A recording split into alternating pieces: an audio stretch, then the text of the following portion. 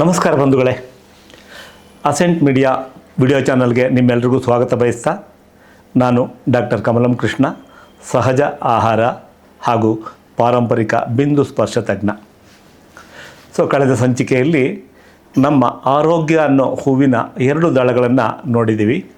ಈಗ 3ನೇ ದಳ ಅಂದರೆ ದೈಹಿಕ ಮಾನಸಿಕ ಆದ ನಂತರ 3ನೇ ದಳ ಬೌದ್ಧಿಕ ಆರೋಗ್ಯ. ಅಂದರೆ ಸಂಪೂರ್ಣ ಆರೋಗ್ಯದಲ್ಲಿ 5 ದಳಗಳು ಮುಖ್ಯ ಆಗಿರೋದ್ರಿಂದ ಇವತ್ತಿನ ಸಂಚಿಕೆಯಲ್ಲಿ ಬೌದ್ಧಿಕ ಆರೋಗ್ಯದ ಬಗ್ಗೆ ಸ್ವಲ್ಪ ಚರ್ಚೆ ಮಾಡೋಣ. ಬಂಧುಗಳೇ, ನಮ್ಮ ಎಲ್ಲ ಭಯಕ್ಕೆ ಅಂದರೆ ಒಂದು ಸಣ್ಣ ತಲೆನೋವು ಅಂದರೂ ಕೂಡ ಭಯ, ಜ್ವರ ಅಂದರೆ ಭಯ, ಮತ್ತಿನ್ನೇನೋ ಸಣ್ಣದಾಗಿ ಒಂದು ಇನ್ಫೆಕ್ಷನ್ ಆದರೆ ಭಯ, ನೋವು ಬಂದರೆ ಭಯ, ಉರಿ ಬಂದರೆ ಭಯ, ಎಲ್ಲದಕ್ಕೂ ಭಯ, ಯಾವುದನ್ನು ನೋಡಿದ್ರೂ ಭಯ.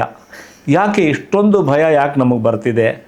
ಇದೆಲ್ಲದಕ್ಕೂ ಒಂದೇ ಪರಿಹಾರ ಏನು ಅಂತಂದರೆ ಆ ವಿಚಾರದ ಬಗೆಗಿನ ಜ್ಞಾನ.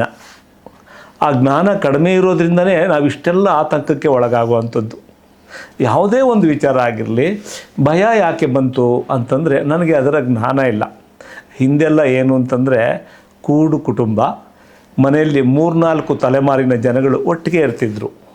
ಅಜ್ಜ, ಮುತ್ತಜ್ಜ, ಮಗ, ಮೊಮ್ಮಗ, ಮರಿಮಗ, ಹೀಗೆ 3-4 ತಲೆಮಾರು ಒಟ್ಟಿಗೆ ಇದ್ದಂಥ ಜಾಗದಲ್ಲಿ ನಮ್ಮ ಹಿರಿಯರು ಅವರೇನು ಅನುಭವಿಸಿ ಅವರು ನಡೆದು ಬಂದ ದಾರಿಯಲ್ಲೇ ನಾವು ಕೂಡ ಹೋಗ್ತಿದ್ದೀವಿ. ಅದೇ ಆಹಾರ ಕ್ರಮ, ಅದೇ ಒಂದು ಸಂಸ್ಕೃತಿಯಲ್ಲಿ ನಾವು ಮುಂದೆ ಹೋಗ್ತಾ ಇರಬೇಕಾದ್ರೆ ಅವರಿಗೆ ಬಂದಂಥ ಸಣ್ಣ ಪುಟ್ಟ ಸಮಸ್ಯೆಗಳು ಆರೋಗ್ಯದಲ್ಲಿ ಏನು ಬರುತ್ತಲ್ಲ, ತಲೆನೋವು, ಜ್ವರ, ಹೊಟ್ಟೆ ನೋವು, ವಾಂತಿ ಭೇದಿ ಇತ್ಯಾದಿ, ಈ ಥರದ್ದು ಬಂದಾಗ ಅವರು ಈಗಾಗಲೇ ಅದಕ್ಕೆ ಸುಲಭವಾದ ಮನೆ ಮದ್ದುಗಳು ಅಂದರೆ ನಮ್ಮ ಜೀವನ ಶೈಲಿ ಹೇಗೆ ಬದಲಾಗಬೇಕು ಅನ್ನೋದು ಕಂಡುಕೊಂಡಿದ್ರು. ಇವತ್ತೇನಾಗಿದೆ ಅಂತಂದರೆ ನ್ಯೂಕ್ಲಿಯರ್ ಕುಟುಂಬ ಅಂತ. ಅಂದರೆ ಮನೆಯಲ್ಲಿ ಇವತ್ತು ದೊಡ್ಡ ಒಂದು ಕುಟುಂಬ ಅನ್ನೋದೇ ಹೇಗಾಗಿದೆ ಅಂತಂದರೆ ಗಂಡ ಹೆಂಡತಿ ಮತ್ತು ಜೊತೆಗೆ 1-2 ಮಗು ಇದ್ದರೆ ಅದು ದೊಡ್ಡ ಕುಟುಂಬ.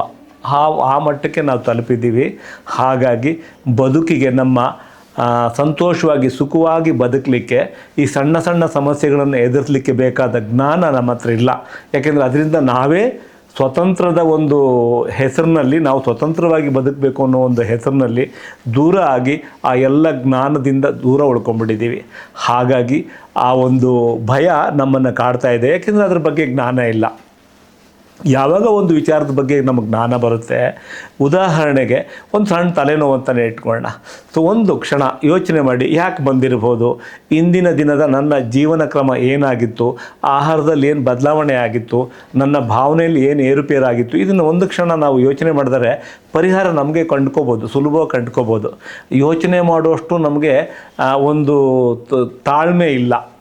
ಆ ತಾಳ್ಮೆ ಇಲ್ಲದೇ ಇರೋದ್ರಿಂದನೇ ಇವತ್ತು ಸಣ್ಣ ಸಣ್ಣ ಸಣ್ಣ ಸಮಸ್ಯೆಗಳು ದೊಡ್ಡದಾಗಿ ಬೃಹತ್ತಾಗಿ ನಮ್ಮ ಕಣ್ಣಿಗೆ ಕಾಣಿಸೋದ್ರಿಂದ, ಆ ರೀತಿ ಗೋಚರಿಸೋದ್ರಿಂದ ಹೆದರ್ಕೊಂಡು ಪರಿಹಾರ ಮಾಡುವ ನಿಟ್ಟಿನಲ್ಲಿ ಪ್ರಕೃತಿಗೆ ವಿರುದ್ಧ ದಿಕ್ಕಿನಲ್ಲೇ ಹೋಗ್ತಾ ಇದ್ದೀವಿ. ಅದನ್ನು ಬಿಟ್ಟು ಸರಳವಾಗಿ ಯೋಚನೆ ಮಾಡ್ತಾ ಹೋದರೆ, ಆ ಒಂದು ವಿಚಾರದ ಬಗೆಗಿನ ಜ್ಞಾನ ತೊಗೊಳ್ತಾ ಹೋದರೆ ಖಂಡಿತವಾಗಲೂ ನಾವು ಯಾವತ್ತೂ ಕೂಡ ನಮ್ಮ ಬೌದ್ಧಿಕ ಆರೋಗ್ಯವನ್ನು ಚೆನ್ನಾಗಿಟ್ಕೋಬೋದು. ಭಯ ಆರೋಗ್ಯ ನಮಗೆ ಹೇಗೆ ಹಾಳು ಮಾಡುತ್ತೆ ಅಂತ ಹೇಳ್ತೀನಿ. ಒಂದು ವಿಚಾರದ ಬಗ್ಗೆ ಜ್ಞಾನ ಇಲ್ಲದೆ ಇದ್ದಾಗ ನಮಗೆ ಏನಾಗುತ್ತೆ, ಅಸಹನೆ ಹೆಚ್ಚಾಗ್ತಾ ಹೋಗುತ್ತೆ. ನಾವು ಯಾವುದನ್ನು ಮನ್ನಿಸೋ ಮನಸ್ಥಿತಿ ಇಲ್ಲ, ಯಾವುದನ್ನು ಕೂಡ ನಾವು ರಿಸೀವ್ ಮಾಡಲ್ಲ. ಏನೋ ಒಂದು ಸಮಸ್ಯೆ ಬಂತು ಅಂದರೆ ಅದ್ರ ಬಗ್ಗೆ ನಿಧಾನವಾಗಿ ಯೋಚನೆ ಮಾಡಲ್ಲ, ಅದನ್ನು ರಿಸೀವ್ ಮಾಡಿ ಪರಿಹಾರ ಕಂಡುಕೊಳ್ಳೋದಕ್ಕಿಂತ ಆತುರಪಟ್ಟು ಭಯ ಪಡ್ತೀವಿ. ಅಸಹನೆ ಹೆಚ್ಚಾಗುತ್ತೆ. ಅಸಹನೆ ಏನು ಮಾಡುತ್ತೆ, ನಮ್ಮಲ್ಲಿ ಕೋಪವನ್ನು ಹೆಚ್ಚು ಮಾಡ್ತಾ ಹೋಗುತ್ತೆ. ನಮ್ಮ ಮೇಲೆ ನಮಗೆ ಕೋಪ, ನಮ್ಮ ಜೊತೆ ಇರೋರ ಮೇಲೆ ಕೋಪ. ಇನ್ನೊಂದು ಮನುಷ್ಯನ ಗುಣ ಏನು ಅಂತಂದರೆ ತನ್ನ ಎಲ್ಲ ಸಮಸ್ಯೆಗೂ ಬೇರೆಯವರೇ ಕಾರಣ ಅಂತ ಕೈ ತೋರಿಸ್ತಾ ಇರ್ತಾನೆ. ಹೀಗೆ ಮಾಡೋದ್ರಿಂದ ನಮ್ಮಲ್ಲಿ ಕೋಪ ಹೆಚ್ಚಾಗುತ್ತೆ. ಕೋಪ ಒಂದು ಹೆಚ್ಚಾಯಿತು ಅಂದರೆ ನಮ್ಮ ಯಕೃತ್ತು ಏನಿದೆಯಲ್ಲ, ನಮ್ಮ ATM ಅಂತೀವಿ, ಎನರ್ಜಿಯ ATM, ಶಕ್ತಿಯ ಕೇಂದ್ರ, ಆ ಒಂದು ಯಕೃತ್ತು ತನ್ನ ಎನರ್ಜಿನ, ತನ್ನ ಶಕ್ತಿಯನ್ನು ಕಳ್ಕೊಳ್ತಾ ಹೋಗುತ್ತೆ. ಆ ಮೂಲಕ ನಾವು ನಿಸ್ತೇಜರಾಗ್ತಾ ಹೋಗ್ತೀವಿ. ನಮ್ಮ ಆರೋಗ್ಯ ಸ್ವಲ್ಪ ಕಡಿಮೆ ಆಗ್ತಾ ನಮ್ಮಲ್ಲಿ ಅನಾರೋಗ್ಯ ಹೆಚ್ಚಾಗ್ತಾ ಹೋಗುತ್ತೆ. ಹಾಗಾಗಿ ಯಾವುದೇ ಒಂದು ವಿಚಾರದ ಬಗ್ಗೆ ನಾವು ಹೆಚ್ಚು ಹೆಚ್ಚು ಜ್ಞಾನವನ್ನು ಅಳವಡಿಸ್ಕೊಳ್ತಾ ತಿಳ್ಕೊಳ್ತಾ ಹೋದರೆ ಜೀವನ ಇರೋದು ನೋಡಿ. ಪ್ರತಿನಿತ್ಯ ಪ್ರತಿ ಕ್ಷಣ ನಾವು ಕಲೀಲಿಕ್ಕೆ, ಹೊಸ ವಿಚಾರವನ್ನು ತಿಳ್ಕೊಳ್ಳಿಕ್ಕೆ ಇರೋದು. ನಿರಂತರವಾಗಿ ಹೊಸ ವಿಚಾರಗಳನ್ನು ತಿಳ್ಕೊಳ್ತಾ ಇರೋರಿಗೆ ಆಯುಸ್ ಎಷ್ಟಾಯಿತು ಅಂತಲೂ ಗೊತ್ತಾಗಲ್ಲ, ಯಾವ ಮುಗಿಯೋದು ಕೂಡ ಗೊತ್ತಾಗಲ್ಲ. ಜೀವನ ತುಂಬ ಸರಳವಾಗಿ ಚೆನ್ನಾಗಿ ನಡ್ಕೊಂಡು ಹೋಗ್ತಾ ಇರುತ್ತೆ. ಆತಂಕ ಇರಲ್ಲ, ಒತ್ತಡ ಇರಲ್ಲ. ಸೊ ಮನಸ್ಸು ನಿರ್ಮಲವಾಗಿ ಹಾಗೆ ಪ್ರಶಾಂತವಾಗಿ ಜೀವನ ಸಾಗಿಸ್ಬೋದು, ಆರೋಗ್ಯವನ್ನು ಉತ್ತಮವಾಗಿ ಇಟ್ಕೋಬೋದು. ಈ ದೃಷ್ಟಿಯಲ್ಲಿ ಇಂದಿನಿಂದ ನಾವು ಯೋಚನೆ ಮಾಡೋಣ. ಯಾವುದೇ ಒಂದು ವಿಚಾರ, ಯಾವುದೇ ಒಂದು ಸಣ್ಣ ಸಮಸ್ಯೆ ಬಂದರೂ ಕೂಡ ಅದರ ಬಗೆಗಿನ ಜ್ಞಾನವನ್ನು ಹೆಚ್ಚು ಮಾಡ್ಕೊಳ್ತಾ, ಆ ಮೂಲಕ ನಮ್ಮ ಬುದ್ಧಿಶಕ್ತಿಯನ್ನು ಹೆಚ್ಚು ಮಾಡ್ಕೊಳ್ತಾ, ಎಲ್ಲವನ್ನೂ ನಾವೇ ಖಂಡಿತವಾಗಲಿ ಸರಾಗವಾಗಿ ಅದನ್ನು ಪರಿಹಾರ ಮಾಡ್ಕೊಳ್ತಾ ಹೋಗ್ಬೋದು.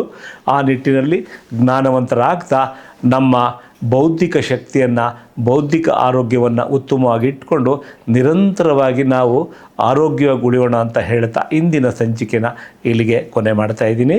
ಎಲ್ಲರಿಗೂ ಧನ್ಯವಾದಗಳು. ಬಂಧುಗಳೇ, ಒಂದು ವಿನಂತಿ, ದಯವಿಟ್ಟು ಈ ಒಂದು ವಿಡಿಯೋ ನಿಮಗಿಷ್ಟ ಆದರೆ ಲೈಕ್ ಮಾಡಿ. ಸೊ ಈ ರೀತಿಯ ಎಲ್ಲ ವಿಡಿಯೋಗಳ ನೋಟಿಫಿಕೇಷನ್ಗಾಗಿ ಬೆಲ್ ಬಟನ್ನ ಒತ್ತಿ, ಮತ್ತು ನಿಮ್ಮ ಬಂಧುಗಳಿಗೆ, ಸ್ನೇಹಿತರಿಗೆ ದಯವಿಟ್ಟು ಇದನ್ನು ಹಂಚಿ. ಒಳ್ಳೆಯ ವಿಚಾರಗಳು, ಸರಳವಾಗಿ ವಿಚಾರ ಇರೋದರಿಂದ ಯಾರೂ ಕೂಡ ಸುಲಭವಾಗಿ ಅರ್ಥ ಮಾಡ್ಕೋಬೋದು. ಹಾಗಾಗಿ ನಿಮ್ಮ ಬಂಧುಗಳಿಗೆ ಇದನ್ನು ಹಂಚಿ ಇನ್ನೊಂದಷ್ಟು ಹೆಚ್ಚಿನಕ್ಕೆ ಇದನ್ನು ಪ್ರಸಾರ ಮಾಡಬೇಕು ಅಂತ ಕೇಳ್ಕೊಳ್ತಾ, ಸೊ ನಮ್ಮೆಲ್ಲರಿಗೂ ಧನ್ಯವಾದಗಳು.